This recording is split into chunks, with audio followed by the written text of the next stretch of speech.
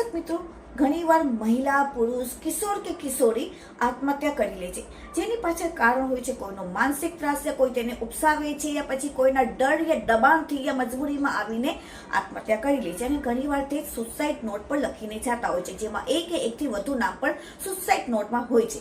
તો હવે જે લોકોના નામ લખેલા હોય છે તે લોકો હવે બી કેરફુલ, કેમ કે સરકાર દ્વારા નવો નિયમ આવી ગયો છે. BNS ની કલમ 108 ધારા મુજબ હવે કોઈ પણ એક કે તેથી વધુ વ્યક્તિ હશે જે જવાબદાર હશે, જે ઉપસાવતા હશે આત્મહત્યા માટે, તેને કોર્ટ દ્વારા 10 વર્ષની સજા અને સાથે સાથે દંડ પણ ફટકારવામાં આવશે.